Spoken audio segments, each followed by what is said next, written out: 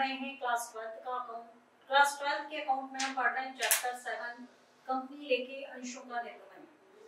अंशों के निर्गमन से संबंधित कुछ अंशों के प्रकार हमने पढ़े।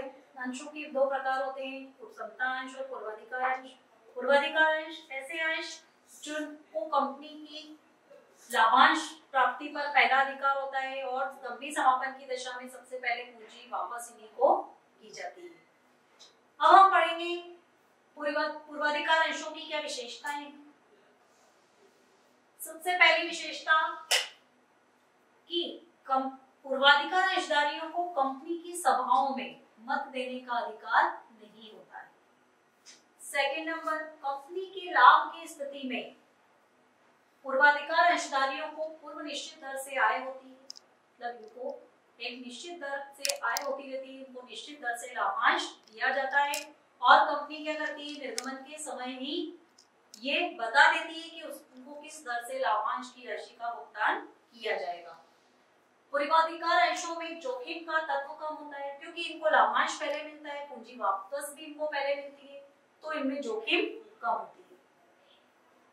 पूर्वाधिकार अंशधारियों के हित से संबंधित प्रस्तावों पर इन्हें मत देने का अधिकार होता है। कंपनी के प्रबंध संबंधी मामलों में मत देने का अधिकार इनको नहीं होता है, लेकिन इनके हित से संबंधित अगर कोई मामले हैं तो ये लोग बिल्कुल वोट उसमें कर सकते हैं। पूर्वाधिकार अंशधारी कंपनी के प्रबंध में हस्तक्षेप नहीं कर सकते हैं। विमोचनशील पूर्वाधिकार अंशों के अतिरिक्त अन्य पूर्वाधिकार अंशों से कंपनी को स्थायी पूंजी की प्राप्ति होती है। इसके अलावा पूर्वाधिकार अंशों से कंपनी की जो पूंजी है वो लोचदार हो जाती है, फ्लेक्सिबल हो जाती है। पूर्वाधिकार अंश कंपनी की संपत्ति पर कोई प्रभाव उत्पन्न नहीं करते। प्रभाव मतलब गिरवी, जब मतलब कंपनी की संपत्ति को इनके बदले में गिरवी नहीं रखा जा सकता है। पूर्वाधिकार अंश कंपनी की साख में वृद्धि करते हैं, इससे कंपनी की जो गुडविल है वो बढ़ती है। इसके बाद पूर्वाधिकार अंशों का निर्गमन ऋण पत्रों की तुलना में सरल होता है, मतलब ऋण पत्रों की तुलना में पूर्वाधिकार अंशों को निर्गमित करना सरल है। तो ये थी विशेषताएं पूर्वाधिकार अंशों की। अब हम पढ़ेंगे इनकी कमियां कि इसकी क्या कमियां हैं, क्या हानियां हैं कंपनी को पूर्वाधिकार अंशों को निर्गमित करने से। देखिए, मताधिकार का अधिकार नहीं होता है इनको। निश्चित दर पर लाभांश प्राप्ति के कारण विनियोजक इन्हें पसंद नहीं करते। क्यों? क्योंकि कंपनी को एक निश्चित दर से लाभांश उनको देना ही पड़ता है, जो भी उन्होंने निर्गमन की शर्तों में लिख दी, 10%, 12%, 6%, जो भी। तो फिर कंपनी को भविष्य में इनको इतने ही प्रतिशत से लाभांश की राशि का भुगतान करना होता है। सेकंड, कंपनी के समापन की स्थिति में पूर्वाधिकार अंशधारियों को सिर्फ पूंजी की प्राप्ति में पूर्वाधिकार होता है, उन्हें लाभों में हिस्सा नहीं मिलता है। अगर कंपनी को अतिरिक्त लाभ होता है तो उनको इसमें हिस्सा नहीं मिलता है, उनको सिर्फ पूंजी वापसी का अधिकार होता है। लाभांश की निश्चितता के कारण पूर्वाधिकार अंशधारी जो होते हैं वो कंपनी के ऊपर भार बन जाते हैं, बर्डन बनना, कंपनी एक तरह से भार महसूस करने लगती है कि भाई इनको तो लाभांश हमें निश्चित धनराशि का देना ही पड़ेगा। साहसी विनियोक्ताओं के लिए पूर्वाधिकार अंश उपयुक्त नहीं होते हैं, वो इनको पसंद नहीं करते हैं। बैंकिंग एवं बीमा कंपनियां जो होती है वो पूर्वाधिकार अंशों का निर्गमन नहीं कर सकती, ये सबसे बड़ा दोष है। अगर कोई कंपनी बैंकिंग व्यवसाय करती है या बीमा से संबंधित, इंश्योरेंस से संबंधित कोई व्यापार करती है तो फिर वो पूर्वाधिकार अंशों का निर्गमन नहीं कर सकती। पूर्वाधिकार अंशों से वित्त की लागत में वृद्धि हो जाती है। वित्त मतलब फाइनेंस, उसकी जो कॉस्ट है, उसको जुटाने की जो लागत है वो बढ़ जाती है, जिससे कंपनी को नुकसान उठाना पड़ सकता है। पूर्वाधिकार अंश पूंजी प्राप्त करने में ऋण पत्रों की तुलना में अधिक खर्च करना पड़ता है। तब कंपनी जब ऋण पत्रों का निर्गमन करती है तो उसमें इतना खर्च नहीं आता जितना पूर्वाधिकार अंशों को निर्गमित करने में खर्च आता है। तो ये सब दोष हैं पूर्वाधिकार अंशों के, जिस कारण से कंपनी के द्वारा बहुत कम कंपनियां ऐसी होती हैं जो पूर्वाधिकार अंशों का निर्गमन करती हैं। इसके बाद अब हम पढ़ेंगे पूर्वाधिकार अंशों के प्रकार। पूर्वाधिकार अंश क्या होते हैं, उनकी क्या विशेषताएं, उनकी क्या कमियां हैं, ये हमने देख ली। अब कुछ अलग अलग टाइप के जो पूर्वाधिकार अंश हैं वो क्या होते हैं, उनको किस तरीके से लाभांश दिया जाता है, ये अब हम इसमें पढ़ेंगे। तो देखिए अब हम पढ़ रहे हैं पूर्वाधिकार अंशों के प्रकार। बहुत ही आईएमपी क्वेश्चन है ये। क्वेश्चन अक्सर एग्जाम में आता है कि पूर्वाधिकार अंशों के प्रकारों को समझाइए, इसलिए आप इसको बहुत अच्छे से ध्यान से देखें और ध्यान से पढ़ें, याद भी करें साथ में। संचयी पूर्वाधिकार अंश। संचयी का मतलब होता है इकट्ठे होते रहना। क्या मतलब होता है संचय करना, मतलब इकट्ठा करना। देखो, कंपनी के लाभ की अपर्याप्तता की स्थिति में पूर्वाधिकार अंशधारियों का लाभ संचित हो जाता है। भविष्य में लाभ होने पर संचित लाभांश का भुगतान किया जाता है। इसका मतलब ये है कि अगर कंपनी को किसी वर्ष लाभ नहीं होता है, पर्याप्त लाभ अगर कंपनी किसी वर्ष नहीं कर पाती प्राप्त, तो ऐसी दशा में वो अपने पूर्वाधिकार अंशधारियों को लाभांश की राशि भी नहीं दे पाती। तो अगर संचयी पूर्वाधिकार अंश है तो इनका लाभांश कंपनी के पास इकट्ठा होता रहता है। भविष्य में जब कंपनी को लाभ होता है तो कंपनी इस बकाया लाभांश का भुगतान भी कर देती है। मतलब इनका जो लाभांश है वो कंपनी के पास इकट्ठा होता रहता है, इसीलिए इनको संचयी पूर्वाधिकार अंश कहा जाता है। असंचयी पूर्वाधिकार अंश। कंपनी के लाभ की अपर्याप्तता की स्थिति में इनका लाभांश संचित नहीं होता है। ये ठीक इसके विपरीत होते हैं। संचयी मतलब एकत्रित होना और असंचयी मतलब एकत्रित नहीं होना। अगर किसी वर्ष कंपनी को लाभ नहीं हुआ तो कंपनी उस वर्ष लाभांश इनको नहीं दे पाती है। तो अगले वर्ष अगर लाभांश होता है, लाभ होता है कंपनी को, तो अगले वर्ष कंपनी इनको पिछले वर्ष का लाभांश नहीं देगी। कब? असंचयी पूर्वाधिकार अंशों की दशा में। भागयुक्त पूर्वाधिकार अंश। निश्चित दर से लाभांश प्राप्त करने के बाद इन अंशों को कंपनी के अतिरिक्त लाभ में से हिस्सा प्राप्त करने का अधिकार होता है। मतलब इनको एक निश्चित दर से लाभांश तो मिलता ही मिलता है।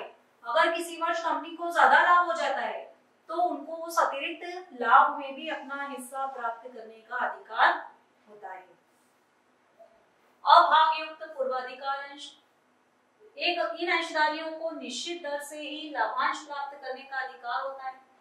अतिरिक्त लाभ में से हिस्सा प्राप्त करने का अधिकार इनको नहीं होता है। मतलब ये ऐसे अंशधारी होते हैं जिनको अपने निश्चित प्रतिशत से तो लाभ मिल जाता है, लेकिन अगर कंपनी को ज्यादा लाभ होता है तो इनको उस अतिरिक्त लाभ में कोई हिस्सा प्राप्त नहीं होता है।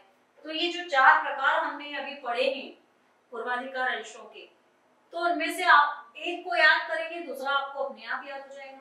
संचयी, जिनमें अंशधारियों का लाभांश इकट्ठा होता रहता है। अगर किसी वर्ष कंपनी उनको लाभांश नहीं दे पाती है तो उनका लाभांश इकट्ठा संचित होता रहता है। अगले वर्ष में जब कंपनी को लाभ होता है तो कंपनी उनको लाभांश की राशि का भुगतान कर देती है, उस साल का भी और पिछला बकाया भी। जस्ट इसके विपरीत असंचयी पूर्वाधिकार अंश। ये ऐसे पूर्वाधिकार अंश होते हैं जिनको इस तरह की कोई सुविधा नहीं मिलती है। अगर किसी वर्ष कंपनी को हानि होने के कारण उनको लाभांश नहीं मिला तो अगले साल भी नहीं मिलेगा। अगले साल जब उस साल में कंपनी को लाभ होगा तो उसी साल का मिलेगा, पिछले साल का लाभांश इनको प्राप्त नहीं होगा।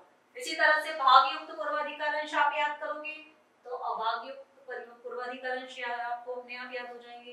क्यों? क्योंकि इसमें अतिरिक्त लाभ प्राप्त करने का इनको अधिकार होता है और इसमें इनको अतिरिक्त लाभ प्राप्त करने का अधिकार नहीं होता है। तो ये चार प्रकार हमने पढ़े पूर्वाधिकार अंशों के, जो काफी सरल हैं, आपस में एक दूसरे से कनेक्टेड हैं। उसके बाद आगे देखिए आप परिवर्तनशील पूर्वाधिकार अंश। परिवर्तनशील पूर्वाधिकार अंश नाम से ही पता चल रहा है कि इनको परिवर्तित किया जा सकता है। तो काय में परिवर्तित किया जा सकता है? इन पूर्वाधिकार अंशधारियों को ये विकल्प प्राप्त होता है कि वो एक निश्चित समय के बाद अपने पूर्वाधिकार अंशों को समता अंशों में कन्वर्ट कर सकते हैं, समता अंशों में परिवर्तित कर सकते हैं। अपरिवर्तनशील पूर्वाधिकार अंश। अपरिवर्तनशील मतलब ऐसे पूर्वाधिकार अंश जिनको अपने अंशों को पूर्वाधिकार समता अंशों में बदलने का अधिकार प्राप्त नहीं होता है, वो अपरिवर्तनशील पूर्वाधिकार अंश कहलाते हैं। शोध्य पूर्वाधिकार अंश, इन अंशधारियों को कंपनी के अंतर नियमों के अधीन पुनर्भुगतान शोधन किया जा सकता है। मतलब इनको एक निश्चित समय के बाद इनका पुनर्भुगतान कर दिया जाता है। जबकि अशोध्य पूर्वाधिकार अंश, इन अंशधारियों का शोधन नहीं किया जाता है, मतलब कंपनी इनका भुगतान नहीं करती है। तो ये थे पूर्वाधिकार अंशों के प्रकार।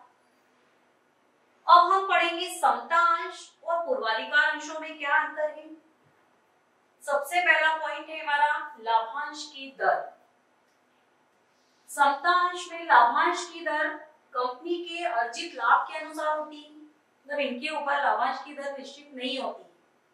जबकि पूर्वाधिकार अंशों पर लाभांश की दर निश्चित होती है, एक निश्चित दर से इनको लाभांश दिया जाता है।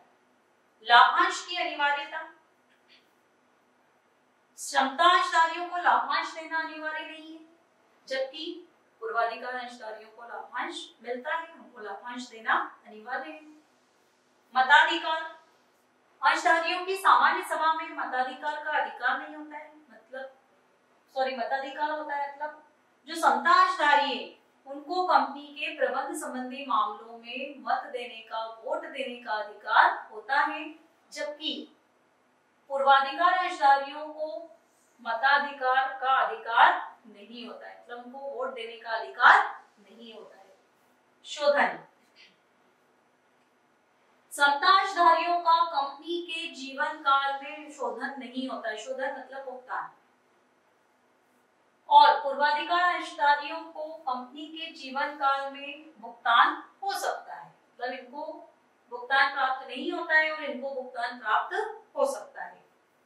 इसके अलावा प्रबंध में सहभागिता, कंपनी के प्रबंध में सहभागिता करने का अधिकार है और इनको कंपनी के प्रबंध में सहभागिता करने का अधिकार नहीं होता है। अनिवार्यता, सार्वजनिक कंपनी के लिए समता अंशों का निर्गमन करना अनिवार्य है और पूर्वाधिकार अंश का निर्गमन करना अनिवार्य नहीं है। स्वामित्व, अगला पॉइंट है हमारा स्वामित्व। ये कंपनी के वास्तविक स्वामी होते हैं, कौन? समता अंशधारी, जबकि ये कंपनी के वास्तविक स्वामी नहीं होते। जोखिम, समता अंशों में जोखिम अधिक होता है, जबकि इन अंशों में जोखिम कम होता है। ये पॉइंट्स हैं कुछ जिनके आधार पर हम समता अंश और पूर्वाधिकार अंशों में अंतर कर सकते थे। अब हम पढ़ेंगे स्कंद से क्या आशय है। कंपनी अधिनियम में स्कंद शब्द का उल्लेख किया गया है। अधिनियम के तहत स्पष्ट अथवा गर्भित अंतर नहीं होने से अंश और स्कंद दोनों को एक ही माना जाता है, मतलब दोनों में कोई विशेष अंतर नहीं माना जाता है। स्कंद से आशय है चुकता अंशों की एकत्रित धनराशि। क्या आशय है स्कंद से? कि चुकता अंशों की एकत्रित धनराशि, जिससे किसी भी राशि के छोटे छोटे टुकड़ों में विभाजित किया जा सके ताकि अंशों की किसी भी राशि को हस्तांतरित किया जा सके। कंपनी के पूर्णतया चुकता अंशों को ही स्कंद में परिवर्तित किया जा सकता है। इस प्रकार प्रत्येक स्कंद तो अंश होता है, लेकिन प्रत्येक अंश स्कंद नहीं होता है। ध्यान में रखें कि कोई भी कंपनी प्रारंभ में स्कंद का निर्गमन नहीं कर सकती है।